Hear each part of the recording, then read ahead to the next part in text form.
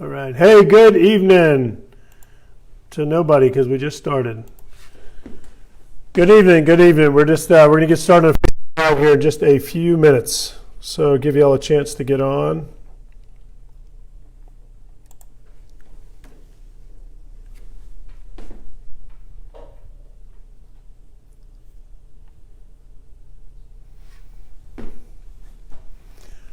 All right, we're just going to give folks a few minutes to jump on here. We're going to do a Facebook Live.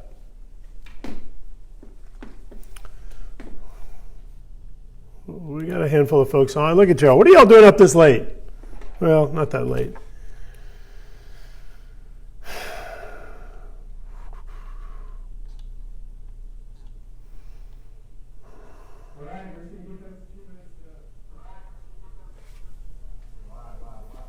All right. Hey, Kevin. Sir. Can you see the number of people on? For some reason, it just blanked out on me. 38. Okay. All right. Good deal. 40. All right. I don't know why it just blanked out on me. Huh? Refresh. All right.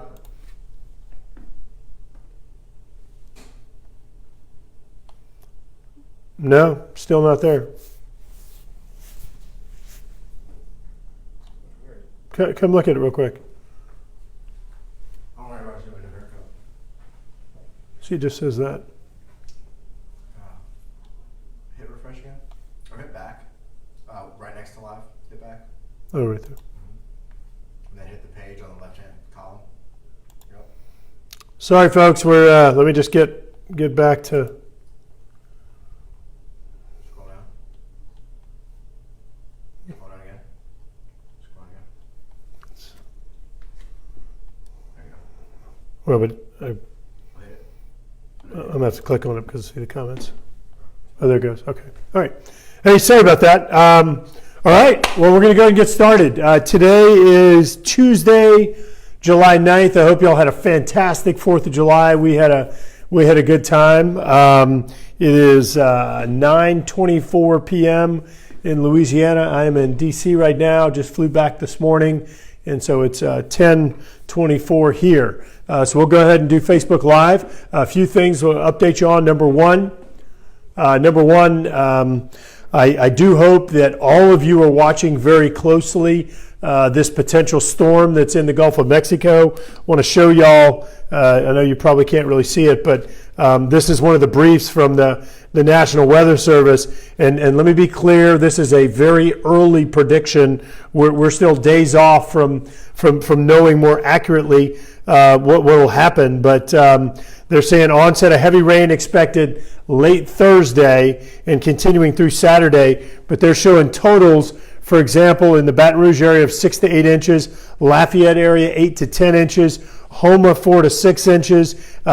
Here's one of the other things that's a big deal, and I know most of y'all are going to be further to the northwest or southwest of this, but some of the predictions right now are showing that some of the storm surge could cause overtopping on the river levees. Let me be very clear. The river levees below New Orleans. Let me say that again, below New Orleans. So Plaquemines Parish, not even St. Bernard so far. Some of the models that I've seen show potentially right up to that Plaquemines-St. Bernard line over on the east side in the Carnarvon area. But we need to pay very close attention to this. Remember, all of you, make sure that you get a game plan and are prepared for any type of high water events. So with that, number two, tomorrow morning we have a hearing with the Corps of Engineers, the top political appointee from the Corps of Engineers. R.D. James, Assistant Secretary of the Army for Civil Works, is going to be there testifying before our committee. We also have the Chief of Engineers, the Commanding General of the Corps of Engineers will be there. And so we're going to be talking to them a lot about some of these projects in Louisiana, getting those moving, and how we have some concerns about ways that they're implementing some of the laws. This week in Congress, going to be working on a number of things, but the big thing we're going to be working on this week is the National Defense Authorization Act. That's the bill that we are supposed to do annually. We've been pretty good at doing them annually in recent years. That authorizes all the Corps of Engineers, authorizes all the Department of Defense, all the military activities in the United States and around the world. So we're trying to move forward on that bill, but that bill has over 600 amendments filed. And so that will take approximately forever for us to get through over 600 amendments. So we're going to spend a lot of time, a lot of bandwidth this week on that. Lastly, duplication of benefits. Give you all a quick update on that.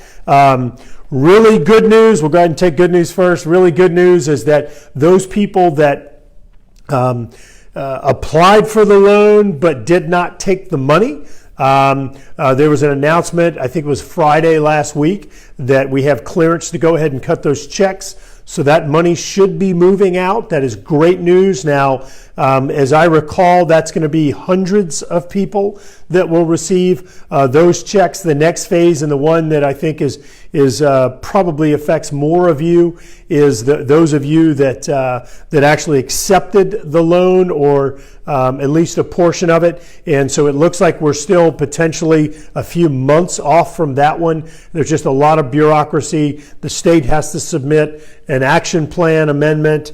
HUD has to review and approve it. They have to come back and give the state the authority to actually cut the checks. But look, that is supposed to account for several thousand, not several, how to say, thousands of you. Now, the last group, and the one that potentially has the biggest number of folks, is the group of people that are over the income level, the median income for the area.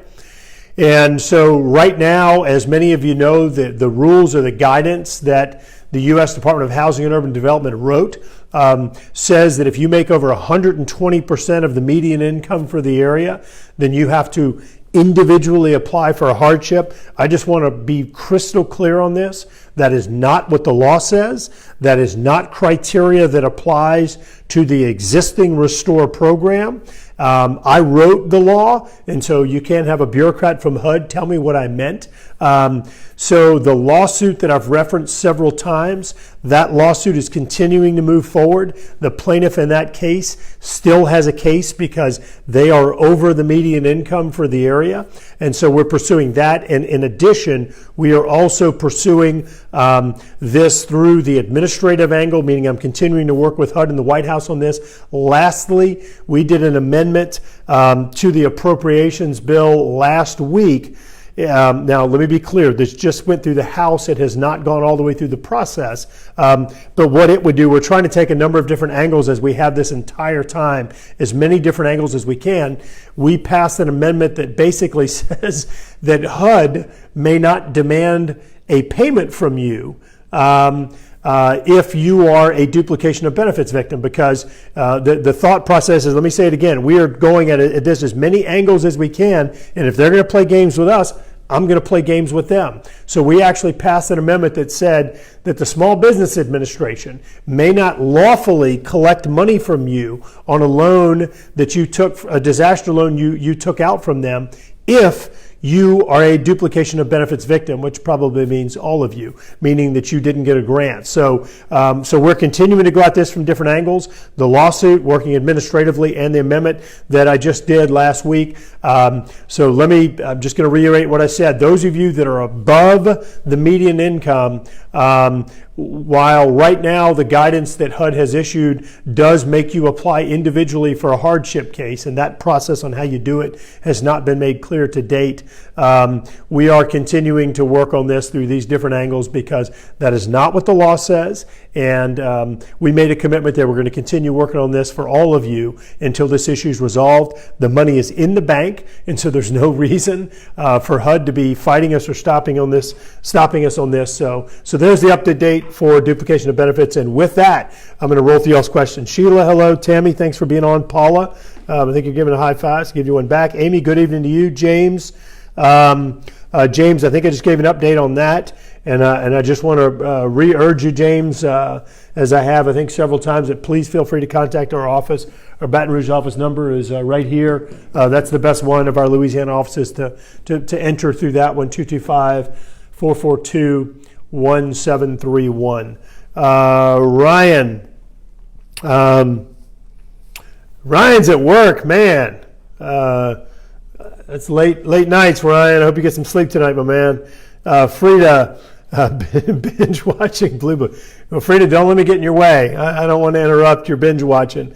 Let's see, Mandy, what can we do to fight this unfair AMI criteria? Mandy, I just went through and explained some of the things that we're working on. I just want to reiterate to you again what they've done in trying to introduce this new AMI criteria. It is discriminatory, it is illegal, it is not consistent with the law, period. And so we are continuing to work on this, and let's just keep working together on this because they're wrong. And I know that the amount of patience that y'all have had is way past any degree of reasonableness, but let's just keep working together on this because the money's in the bank. It is owed to you. The law says it's owed to you, and we're going to keep working till all those dots are connected. Wayne, good to see that you're on. Wayne, hadn't seen you in a while. I hope you and the family are doing well, and I hope you're recovered from the flood. Danny, good evening to you. Shannon, hey, hope you're doing well, and your husband and everybody. Hadn't seen y'all in a while. Soleil, hey, how are you?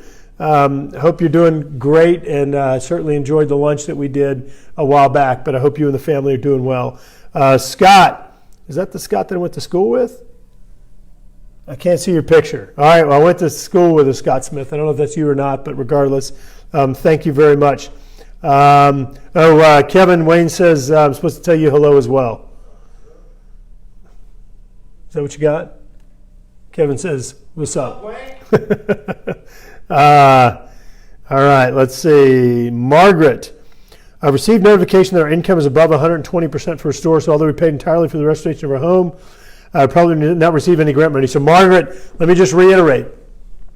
This 120% of AMI criteria, this median income criteria that HUD has put in this guidance document, it is discriminatory, it is illegal, it is not what the law that I wrote says. So we're pursuing the amendment that I said that has already passed the House. We're pursuing the lawsuit, and I'm continuing to work with them because they know they're wrong, I know they're wrong, and we're going to keep working to fix this. So let's just keep pushing on this. William, thank you very much. Dale,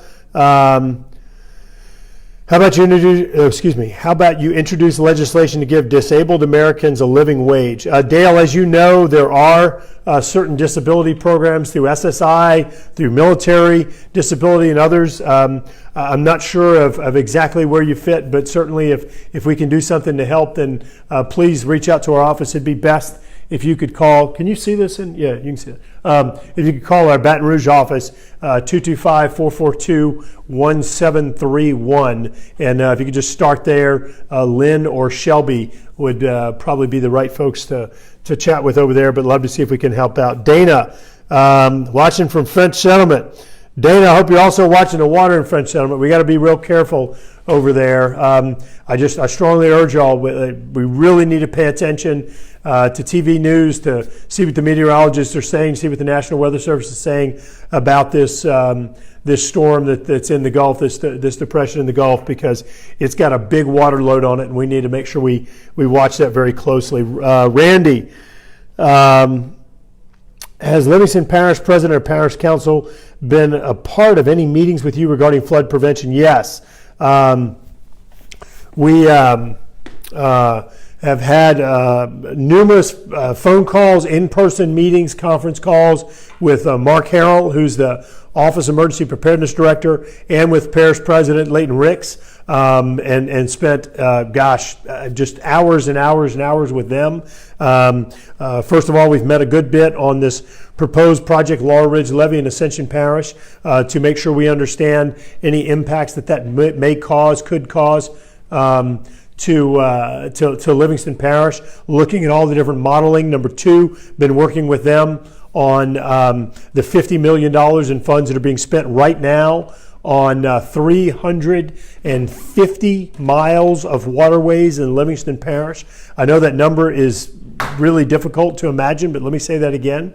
We secured $50 million through the Department of Agriculture, and we secured $68 million through FEMA for Livingston Parish alone to improve flood protection. Right now, they are doing clearing, snagging, improving 350 miles. Coyal, West Coyal, doing Tickfaw, doing, what am I forgetting, Paul? Natalbany, West Coyal, Little Coyal, Tickfaw. Yeah, I hit all those. Blood.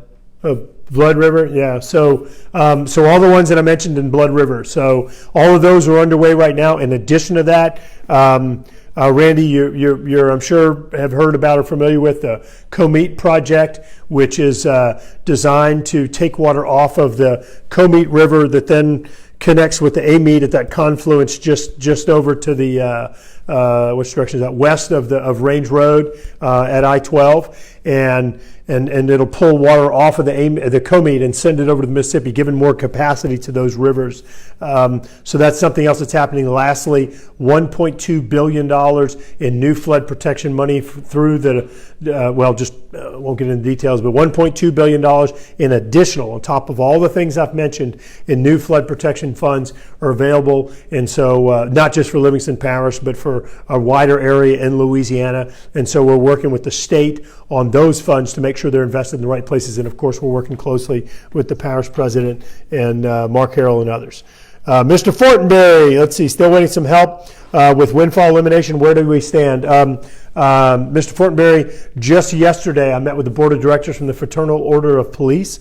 We are putting together a new coalition, police, firefighters, teachers, and many other public servant groups to help really kind of run a kitchen cabinet on the bill. The bill, H.R. 141, if I remember correctly, currently has 190 co-sponsors. So look, just in the past couple of months, we went from 123 co-sponsors and been ticking up. We're at 190. As I've said a few times, we're targeting 250 co-sponsors. Take a look at the bill. You can go to congress.gov and you can type in the top blank H.R. 141. It's introduced by Congressman Rodney Davis of Illinois. We're one of the original co-sponsors. We co-sponsored on January 3rd, the first day. I've been working closely with him. We've introduced this bill as an amendment 3 times. The different bills trying to move it as a larger package as well. But we're meeting with the National Fraternal Order of Police August 11th in New Orleans. The whole national group's coming in. So we are continuing to work on this. But the good news is the co-sponsors on that bill showing support are continuing to increase. We got to get to about 250, and progress is being made there. Dreer, can you look at helping children? Can't talk. Helping Children's Advocacy Center and CASA. And you're asking us to help them, and certainly we certainly have helped CASA in a number of different scenarios, including making personal contributions to them. But if there's something specific you'd like for us to do, please let us know, and happy to see how we can help there. Teresa, why are you supporting Bill Gates? Well, I'm not sure exactly what that means. Maybe you're talking about the Facebook post. So I did meet with Bill Gates, what was that, about 2 weeks ago. Had a really, really good conversation with him on technology and innovation and how we can basically apply it in government and on energy issues to where we can help bring down energy bills, help improve the environment. Really good conversation with him. And the reason that I met with him is because he has been investing a lot of his own money, personal money. Not, when I say investing, I don't mean for a profit, just because he believes in this issue. And so I've been talking with him a lot about, or I did talk with him a lot about some of the technologies that he thinks have more promise to help us bring down energy costs, become more energy independent, and produce energy cleaner, basically with a cleaner environment. So, Teresa, I'm not sure if that answers your question or not. If you could clarify if it didn't answer it, I'd appreciate it. And that way I'll come back and try and provide a clearer answer. All right. Let's see, Rose. I'm so glad you're representing us, Rose. Thank you very much. I appreciate the kind words. Shannon, nervous of this storm, but my flood insurance is current, which helps my nerves. Absolutely, and if that doesn't work, maybe you could try Jägermeister. No, seriously, Shannon. Shannon, I agree that we should all be nervous. We should all be watching this very closely. With the river level being as high as it is, meaning the Mississippi River, while I know y'all are aware that we generally don't drain our area in through the Mississippi River, just a few small areas do in kind of our South Louisiana area, but because that water level is so high, the chances of the storm surge from the Gulf coming in and causing that water to back up are greater because of the high water level. So we need to pay close attention. We've been in touch with the Corps of Engineers and the state on this, and we're going to continue to, but every single one of us needs to pay close attention to what the National Weather Service says, what your local meteorologist says, because we may need to be carrying out some contingency plans, all of us. So just pay close attention. We need to be proactive here. Look at Ash. Ash, how are you? Hope you're doing well. When will the spillway close? So Shannon, I assume you're talking about the Bonacari and spillway, and they were supposed to start ramping it down, but here's my 2 cents, and I want to be clear, this is me. With the Bonacari open, you're actually bringing down river levels. So for them to close the Bonacari, you're going to cause river levels to be higher. And I think with the potential conditions later this week on the lower river, that might not be the best scenario right now. So and the Corps needs to look at the models and see, sort of what the models show. But my 2 cents would be we need to look carefully at that, because keeping the Bonacari open or expanding the opening might actually make more sense for the next few days. Marianne, great job. Thank you, Marianne. I appreciate it, and I appreciate you being on. Stella, I wish I could get some money from Restore Louisiana. I'm retired from the state of Louisiana as a motor. Stella, I'm not sure about your flood situation. I'm not sure if you applied to Restore Louisiana or what your flood situation was, but just ask if you could just give us a call right here. Love to see if we can look into it for you and see if there's a scenario. But you did need to apply to the Restore Louisiana program. The application process opened up, I think it was in May of 2017, and they went and were open for several months and then closed and then reopened. But you would have had to have applied to the Restore program. If you applied and were rejected for some reason, then let us see if we can look into it and figure out what's going on there. Karen, any updates on WEP and GPO? I did give an update on that a few minutes ago. Bill, HR 141's up to 190 co-sponsors. We're making some good progress, and we're trying to better coordinate all the different advocacy groups there. Let's see. Roxanne, I wanted to let you know my husband. Roxanne,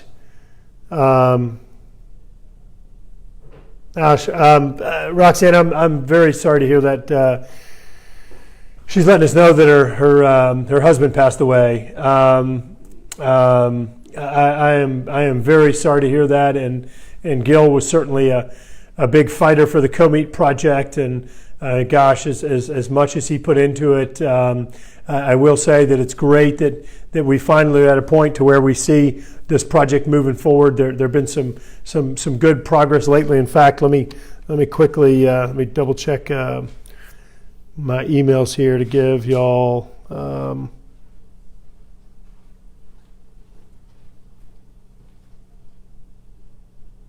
There we go. So the news there, number one, the utility relocations are underway. One of the companies has finished. There's another one that's still underway.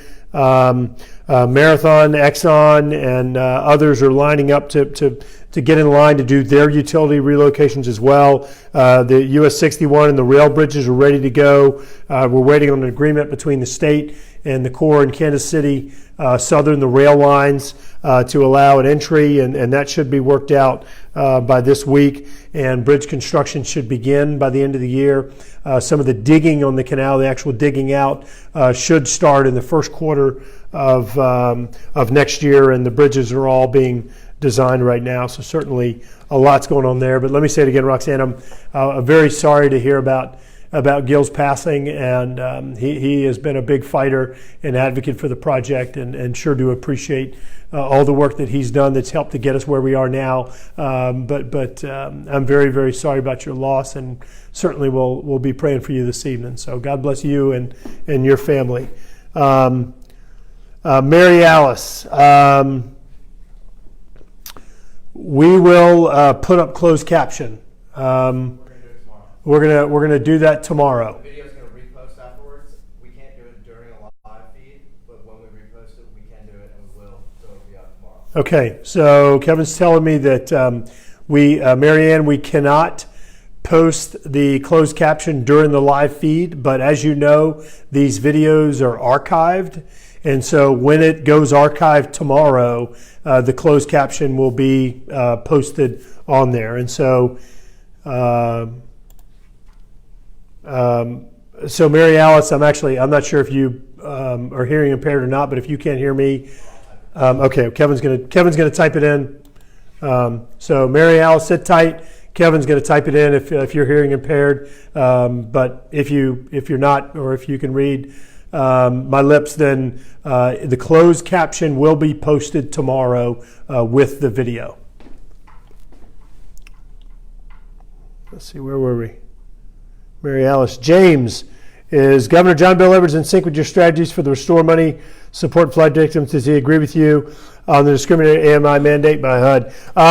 Look, I have not had, and I've had several conversations with him about this. I don't want to speak for him. It is my belief, based on previous conversations with him, that he shares our frustration, and that he would like to be able to pay everyone regardless of AMI. But let me say it again, I do not speak for him. That is my take on what his opinion is, but I'd urge you to engage him directly, or the Restore program directly. One thing is that if the money is not spent, if that roughly $230 million that we have set aside for duplication of benefits victims, if that money is not spent on duplication of benefits victims above the 120% of AMI, then the state would get to do with that money what they want, within reason. They can't go, can't go gambling or whatever, but there's certain legal uses, including infrastructure and things like that. So, bottom line, though, I do think that he shares our position. Let me just stop there. John, hey John, I hope you're doing well. The new to clean AMET from Magnolia Bridge all the way, you're probably saying they need to clean out AMET from Magnolia Bridge all the way to Hushitu. Hey Paul, do you remember update there? What?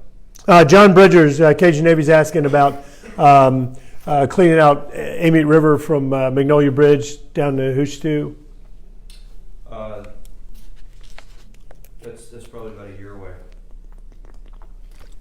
Is that HMGP? Do you sure yet? No. Okay. All right.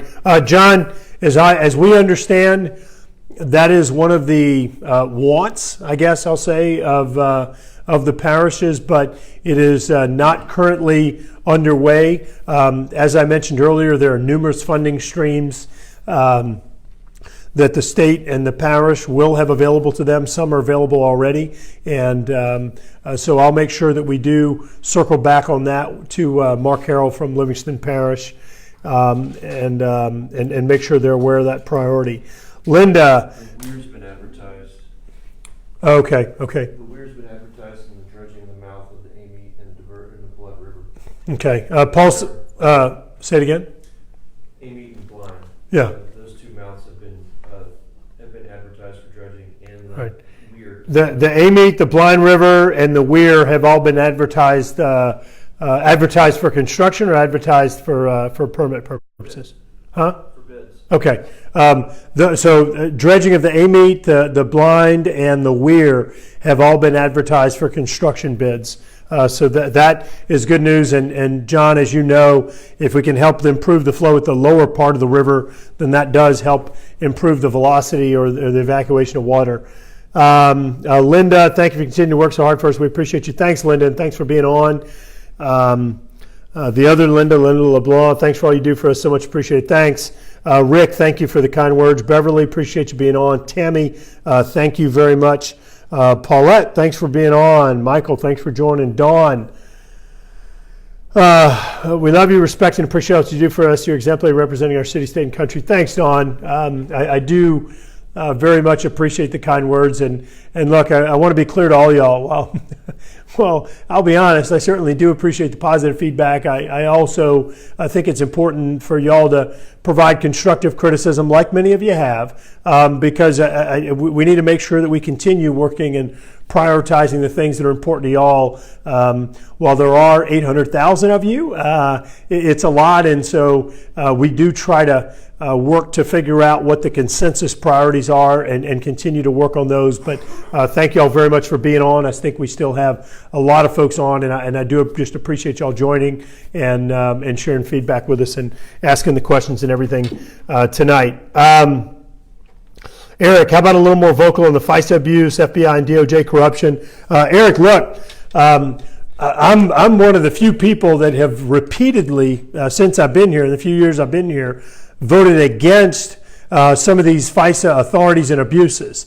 And I'm happy to share some of the voting with you on that, but I'm one of the few people that even before some of this stuff blew up, voted against this, because I think that the whole, I guess, structure of this is way too veiled or opaque to where you cannot practice appropriate oversight over that process. And I think it lends it to abuse. And I won't get into all the details, but I'll just tell you, I do have strong concerns about the oversight role that is, quite frankly, not allowed or properly practiced, because you don't have the sunlight or the transparency because of its being FISA in nature. So Eric, I will continue to vote and speak out about my concerns about the fact how the opaqueness of that process can be used to abuse the process without any real remedies or appropriate oversight. And look, let's be clear. You got to have some type of FISA process, but I've got strong concerns with the one that's there. I don't think it has proper accountability. Melinda, thank you for everything you do. Do you think it's going to be as bad as 2016? God bless you. Melinda, right now, and look, let me be clear. One, I'm not a meteorologist. Two, we still are a few days out and need to watch to see how this thing develops. But so far in our area, meaning Baton Rouge, Bayou region, I have not seen anything that makes me think it'll be as bad. Now, but just like we saw on the, June 7th, I think it was the June 7th water rainfall that we had in the Baton Rouge area, in some cases, you had areas that flooded worse on that day, on June 7th, than they did in the August 2016 flood. So a lot of it really is localized in nature. You may remember in the August 2016 flood, you had areas like Watson that got these maximum rainfall amounts of like 32 inches, whereas I think the max we got on June 7th was around 7 inches, but some areas flooded worse then. So all of us need to be vigilant, and just because it may be lower rain loads, it doesn't mean that localized flooding will be less necessarily. But overall, so far, and I want to put as many asterisks and caveats on this as I can, I have not seen anything that makes me think that the overall impact in our region, in let me be clear, our region, the capital region down to the Bayou region, will be as bad as that one. But this is going to continue to evolve, and we all need to over-prepare and be over-vigilant. Yes, that means you may buy extra bottles of water or batteries, or you may pack a bag or whatever else. And yeah, you may spend a little bit more money that you maybe didn't have to spend, or you may, at the end of the day, found out you wasted time by packing a bag and being prepared to take off. But I think the trade-off is worth it. So I'd urge you to do that. Josie, what's going on with Windfall Elimination? And I went through that a couple times. Josie, we had a meeting yesterday on this with Board of Directors from Internal Order of Police, working on an entirely new strategy. We have a phone call with different groups later this month. We are doing a meeting next month with the National Police folks, and we are having a large group meeting up here in September with all of the affiliated groups, the teachers, the firefighters, the police, and others, and working an entirely new strategy on this. As the police said in the meeting yesterday, they've been working on this for 30 years. And, my message back was that if they've been working on it for 30 years and we hadn't been able to get it done, or I say we, I mean the Congress have only been here for a few years, but then let's go ahead and take a new look at a new strategy. But we had a great meeting yesterday, and up to 190 co-sponsors on the bill to fix this, which is a really high bar. Dreher saying God bless, and I think you're talking to Roxanne for her loss of Gil, and certainly agree with that. Mary Jo, do we need to reapply again after doing it once already? And why is it going to take 3 months for those that had the SBA loan out? And Mary Jo, I think you're talking about Restore. Do you need to apply to Restore again? The answer to that is no. Restore will contact you. They should contact you depending on where you are, depending on if you didn't take the loan out, you should have been contacted. Or if you approved but didn't take it, you should have been contacted already. If you took it out, then and they hadn't contacted you, I would not be too concerned yet. And I don't agree with the months that I think it's going to take from now based on the recent conversations, but that is based on feedback from HUD and from the state of Louisiana. They are preparing an amendment. They've got to submit the amendment to HUD. HUD has to review the amendment and approve it, and then come back and give the state authority. Do I think all of that is a bunch of dog and pony show, jump through hoops? Yes, I absolutely do. If you and I were in control of this, would we do that? No, we would not. We're not in control. I did write the law. The law doesn't provide for any of this, but welcome to the bureaucracy of Washington that I continue to fight on a daily basis. And that's why I got wrinkles, gray hair, and losing hair. But let me be clear, Mary Jo, we're not stopping. We're going to keep fighting on this thing till it's fixed. Roxanne, thank you. The page is still open, and you're talking about the Comate Diversion Watchers page. And you're saying it's moderated, so thank you. It's on Facebook. So yeah, thanks, Roxanne. Kurt, hey Kurt, hope you're doing well, and thank you for your kind words. I hope everything is going well. Kevin, hey Kevin, how you doing? I hope you are doing great. Let's see, Kevin, he says 10:45 local time, and our congressman is working.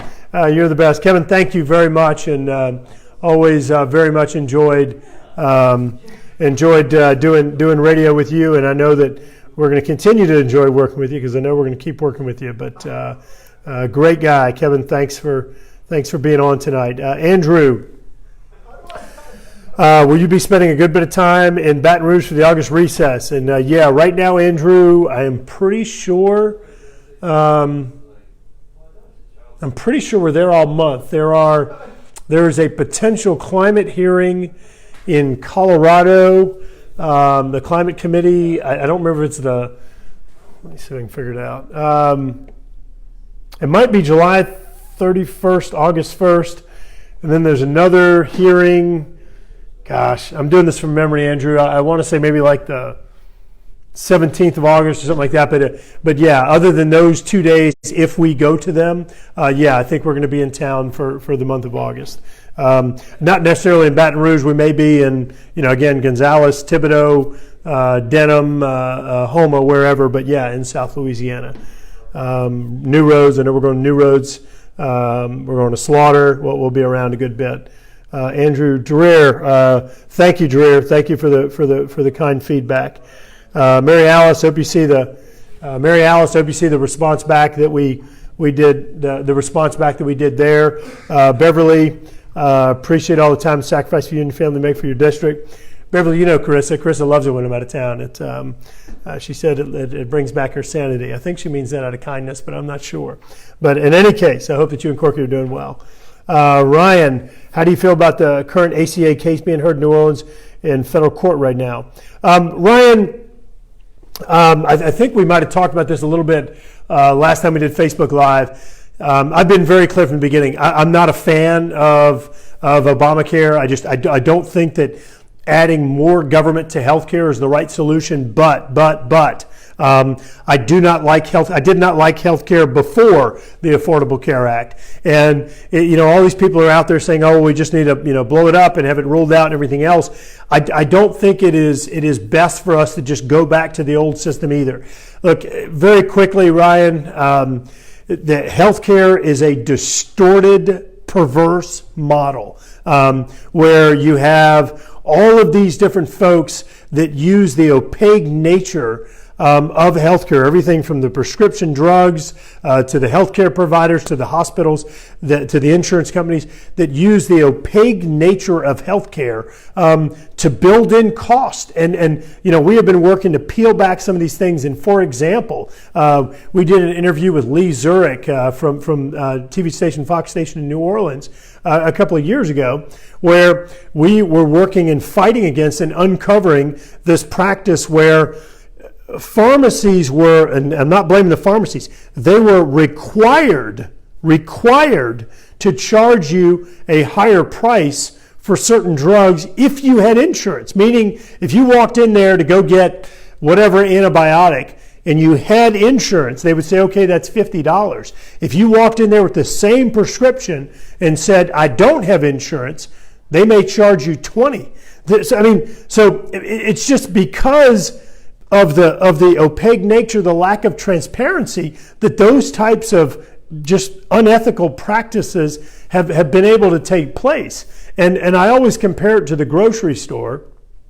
Look, you go into the grocery store, you can look at each of the products they have. You can choose the brand you want to buy. You can say, all right, look, I'm feeling rich today. I'm going to buy the expensive brand name. Or, you know what, it doesn't really matter. I'm going to buy the store brand, the generic brand.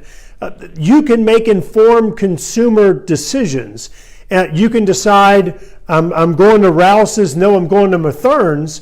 Whereas in healthcare, you largely don't have those choices, and you have the whole lack of transparency. You have the surprise billing. You go into the pharmacy, you don't have any idea what you're going to pay. You go to the hospital, you don't have any idea what you're going to pay. You go to an outpatient clinic, you don't have any idea what you're going to pay. And look, this has happened to me. I've gone in and had procedures at outpatient where they, tell me, okay, your copay is, $200 or whatever, and I go and pay it. Next thing you know, I get this bill at my house saying, oh, well, this wasn't covered and you now owe us $500. We ended up writing a check. My wife and I wrote a check to these people for $500, which, look, that's a lot of money. And I went back and had another procedure done, same one. And a couple of years later, they sent me another bill for $500, same thing. I took that bill and I sent it to our insurance company. I said, why isn't this covered? Insurance company called me back and said it was never submitted to us. We didn't know about it. And no, you don't owe $500. We're covering this and we're only going to pay them $70 or something. This is all crazy. Healthcare is the only thing where you consume the service before you pay the bill. It's just a distorted, perverse model. And I know I'm going off from your question a little bit, but I don't like the Obamacare model. I don't like what was there before, and I think we need to fundamentally transform healthcare. I was down at Thibodeau General Hospital maybe a month ago, and Greg Stock down there, who runs that place, they've got a really impressive model down there. They have a lot of other good models and healthcare providers that exist today, but I think that we need to fundamentally change it. I don't think we just go blow up Obamacare. We've got to have the right alternative that begins, because you can't do this overnight, transitioning healthcare into a transparent transaction where you can practice consumerism, what's in the best interest of your health, your wallet, that doesn't have government intervene in the relationship between you and your doctor. I said I was going to give you a quick answer and I went off. Sorry about that, but I hope that was responsive to your question, Ryan, and I hope you're having a good time at work tonight. Jessica, please keep us informed when Amy dredging begins. Jessica, we will, as I mentioned, that work has been put out to bid, and so it should be happening within the next few months. Paul, is that still accurate? amite dredging the next few months, considering that it's out to bid. Yeah. So, Jessica, you're doing a great job. Thank you, Jessica, very much. Monique, thanks for being on. Will, hey, Barker family, hope y'all are all doing well. And you bet, happy to represent. Maria, I think we can her.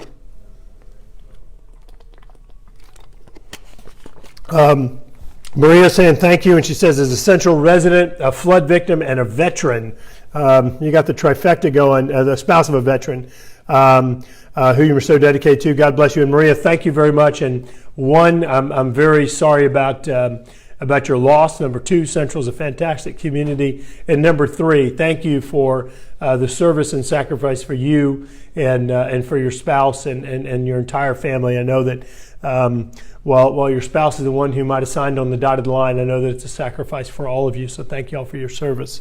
Cora, agree with your thoughts on Cora first. Hey, I hope you're doing well. I hope you had a good Fourth. Agree with your thoughts on FICE. Anything done behind closed doors and government breeds suspicion. There needs to be a more clear, better process. And Cora, you're right. There does need to be more transparency in the process, but obviously the FISA process is designed to deal with sensitive intelligence or classified information largely, and so you do have to have some type of way to protect that information, but I think that it makes it impossible for us to do our oversight job or responsibility if we don't also have some type of visibility on what's going on as your representative and having a security clearance. I can't stand here and say everything the FISA court does is appropriate, and that it doesn't allow me to hold them accountable, so I can't give you a thumbs up that it's an appropriate process. So we've got to come up with a better model that respects the sensitivity or the classification level of the information, but at the same time ensures that we have appropriate accountability or oversight. And so that is something that we are trying to work through to come up with a better model. But I'll say it again, I have repeatedly voted against the existing model because I think that it's got major problems. So, Sandra, if it downpours a lot of rain in one area, it will not drain off in time. And yes, Sandra, that's exactly what happened on was it June 6th, June 7th rainfall that we had. I think that was the 7th rainfall that we had in the capital region. So every rain, if the rain we had in August of 2016 was up to, I think the maximum level was 32 inches, but it really depends on how much falls in which area. Andrew, do you think it's going to be a mistake to not open the Morganza? Andrew, there are always trade-offs. The Corps of Engineers went through and they developed an operations manual that says when you hit certain conditions that Morganza needs to be open. If you open Morganza, you're going to put more water on Morgan City. So ultimately what needs to happen is the Corps needs to look at the models. They need to make a decision on the trade-off. If they put more water on Morgan City, down the Atchafalaya, Butte, LaRose, through all those communities there, is it going to cause flooding in those areas? And is that a trade-off? And just, you've got to look at that, and you've got to look at those trade-offs and make an informed decision. Bottom line is that I believe that we need more tools or options than just Morganza and Bonacary. The state, through the Coastal Master Plan, has more floodways or diversion river reconnection projects planned. The Mid-Barataria project down in Plaquemines Parish, the Mid-Breton project going off the east side of the river, Hope Canal, Blind River, Union Diversion, a number of other diversion or river reconnection projects. And what I think they ought to do is go through and build all of these projects but with gate structures on them, meaning you can control the flow of water that goes out of them. Because you can look and through monitors and modeling, you can see where you have water, where you have the ability to absorb more water, and you can open up all these different relief valves and use them as part of your water management plan. So at the end of the day, though, in regard to Morganza, I think they should be looking at opening it, but before they open it, they need to make sure they model out what that would do and if it would cause flooding in other areas. And obviously, you don't want to flood Peter to save Paul. You got to make sure that you're appropriately looking at trade-offs, and it does actually provide a benefit. Katie. All right. Did HUD guidelines say anything about changes, what you were approved for on an SBA to what you actually took, no matter the AMI? And so, Katie, the first round of folks that were approved are the folks that were approved for the loan but didn't take it, or those that canceled the loan, meaning they might have been approved but they canceled it. Those, as I understand, are the first round of checks that are going out. I think that with the guidance that has been issued, they could come into someone, and let's make up numbers, Katie. Let's say that you were approved for $80,000, but you took 30 of it, meaning you did not take $50,000 of your approved rate. What I think they should be doing is going ahead and saying, okay, Katie, you didn't take the $50,000, so we'll go ahead and pay you for that portion. For this $30,000 portion, we're going to come back in a few months whenever that part's approved, and we'll revisit that. But what I believe they're doing right now is, I believe what they're doing is they're going to try and address people who had partial. If they accepted partial loans, meaning under the scenario I laid out, you were approved for $80,000, you took 30. I think right now their plan is to deal with those folks one time, meaning after all this guidance is issued, and just coming in and doing a one-time check for whatever portion of that $80,000 you're eligible for, rather than saying, okay, you're eligible for maybe $50,000 now, and we'll look at what part of this 30 you're eligible for later. But I'm not in charge. That's a decision that Restore has to make, the state has to make, but that's what I believe they should do. It would take a bifurcated process, meaning you'd have to get one check now and another check later, but I think that y'all have been waiting for nearly 3 years. Let's get money in your hands as quickly as possible, even if it's a partial payment, and then come back and do the other part later. Kristen, will the final checks be made directly to SBA? Thank you for all your help in fighting for us.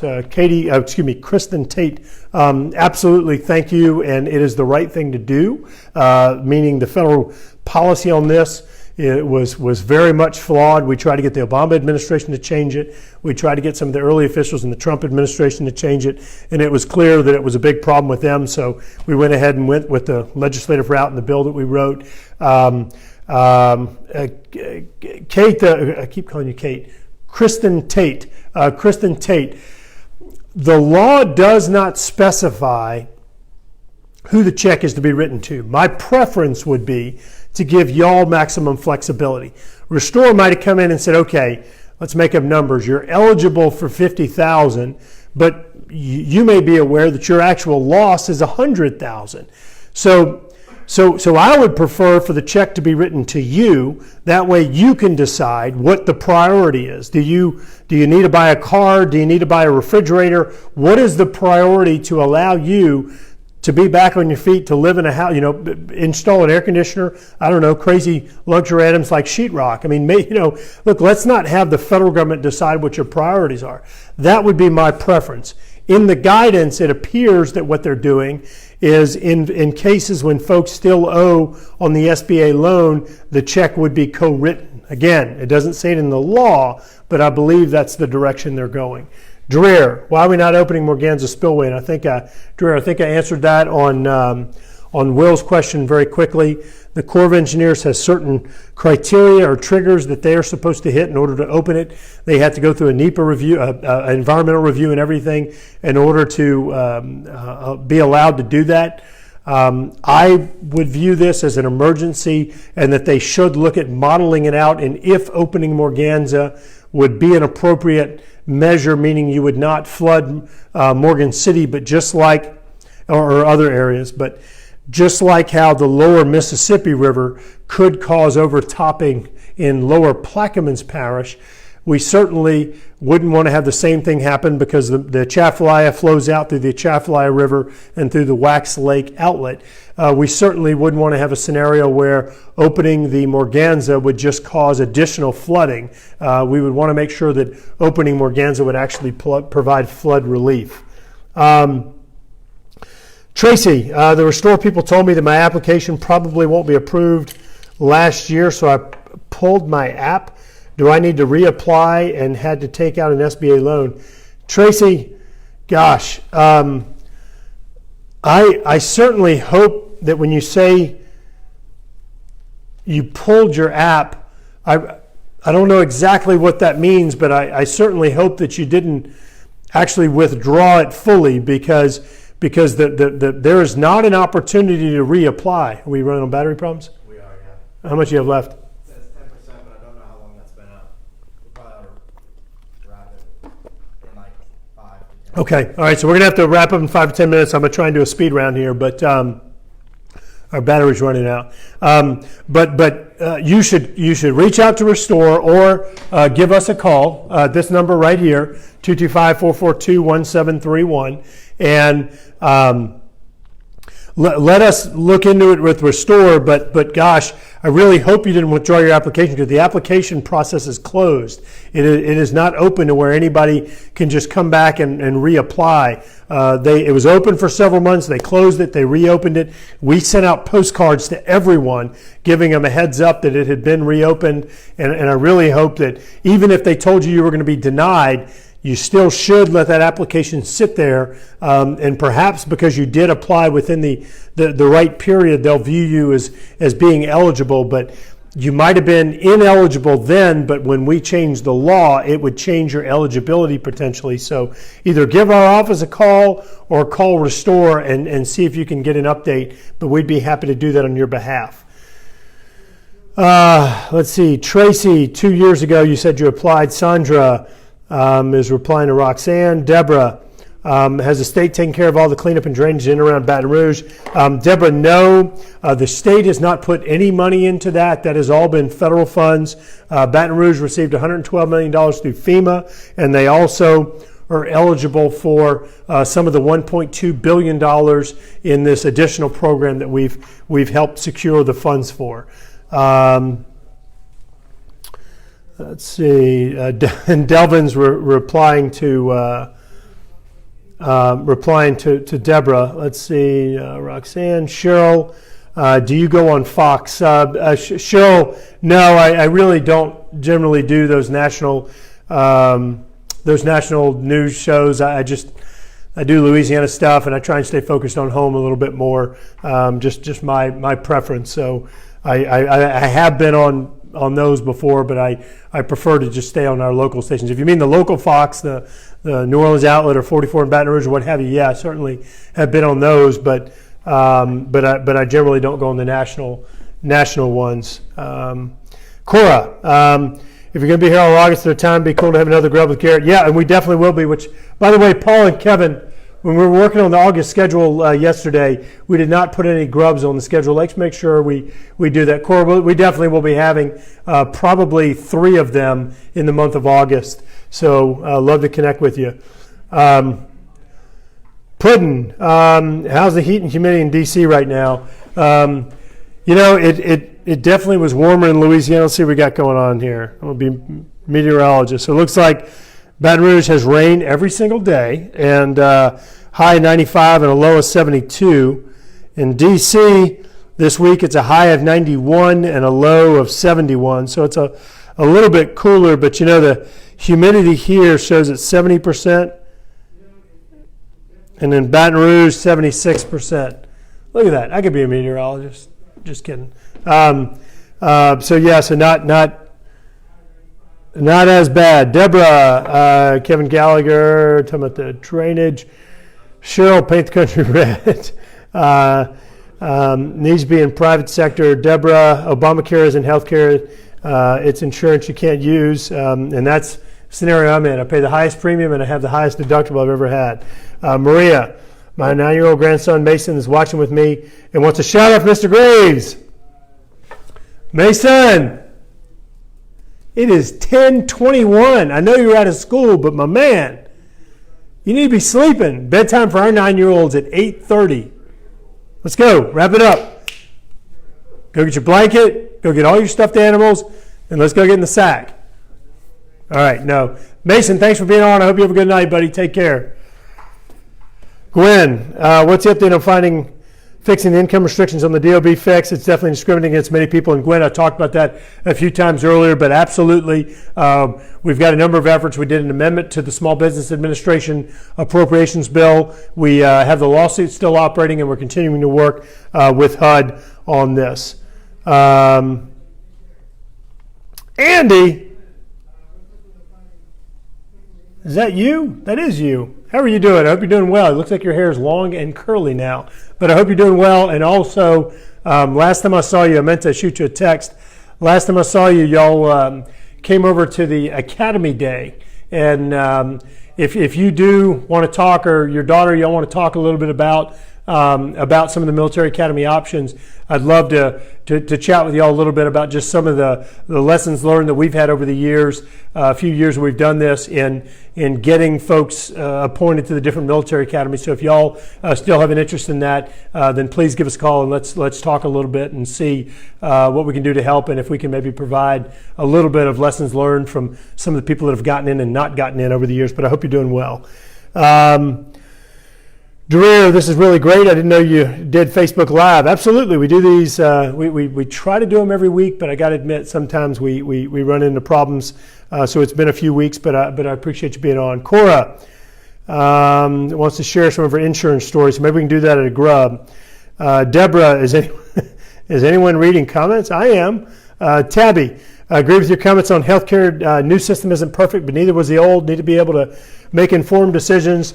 But we don't need Medicare for all or complete rollback of Obamacare without a plan. And, that's one of the concerns. I know the state of Louisiana the legislature did do a law to kind of help to provide a backfill, but more needs to be done. If you go and yank the rug out from under by just declaring Obamacare unconstitutional, then there's going to be a void that we need to fix. Because let me say it again, the old system was flawed as well. And we need to start with drug cost. Zahid, let's see. Let the doctors do their job and remove the lawyers. I certainly know a lot of doctors that would agree with that. Cora, and you're talking about a right balance on accountability with FISA. Bill, hey, thanks for being on. I hope you're doing well. And I appreciate you being up, and thank you very much for all you do at the legislature. I know you all had a very busy year this year. It was great to see you and work with you, and appreciate the opportunity to work together with you and represent some of the same folks. So thanks for your service.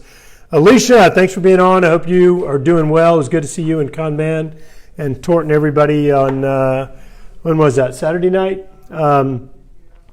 Desha, oh my gosh. Desha, I hope you're doing well. Thanks for the text the other day. Please send me some more pictures. Let me know how you and the family are doing. I hope you and little Matthew are doing well, and just love to have the opportunity to meet you and get to work with you, and appreciate everything that you're doing. You're good people. So take care, Desha. I still got my Nick bracelet on. Gayla, thanks, SBA and DOB. I hope you had a very patriotic 4th. Would have loved to be in Washington, D.C. for the 4th. Yeah, actually, I wasn't here. Let me show you what I did on the 4th. It was pretty cool. I got to tell you, I had a very rare opportunity. Can I do this? To go do this on the 4th. I don't know if you can see that or not, but I had a chance to go see General Patton's grave. We were working with a number of countries in Central and Eastern Europe, pushing back on Russia aggression, and some of Putin's efforts in that area, working together with some of those countries to make sure we keep him at bay, talking to some of them about buying energy from Louisiana as opposed to Russia, which would solve two problems, help to employ more folks in Louisiana, actually more than two problems, help to bring more revenue, wages, jobs to Louisiana, would help to stop these countries from buying gas from Russia, and more importantly, stop Russia from having the resources to pull some of the tricks that they're pulling in various places, including Venezuela and Syria and other countries in Eastern and Central Europe, of course, Ukraine and Georgia as well. Let's see. We need to wrap. How's the battery? It's hard to say. I just don't like to die in the middle. Okay. All right. Hey, look. Here's what we're gonna do. Kevin says we're about to run out of juice here, so this is what I'm gonna do. We're gonna go ahead and sign out because I don't want it to just die off abruptly. We'll sign out. It looks like there are about 20 maybe comments after. I'm gonna go through those. If they require a reply, I'll make sure I reply. If I can ask a favor of y'all, if y'all could please share this, I would appreciate it. I really do appreciate the opportunity to represent y'all, all 800,000 people in about 13 parishes in South Louisiana. I appreciate y'all being on. It is 11:27 p.m. here in Washington, which means it's 10:27 p.m. in Louisiana. Mason, you better be in bed right now. But I hope all of y'all have a fantastic night. I really do appreciate you being on. God bless. Take care. Please share. Please share.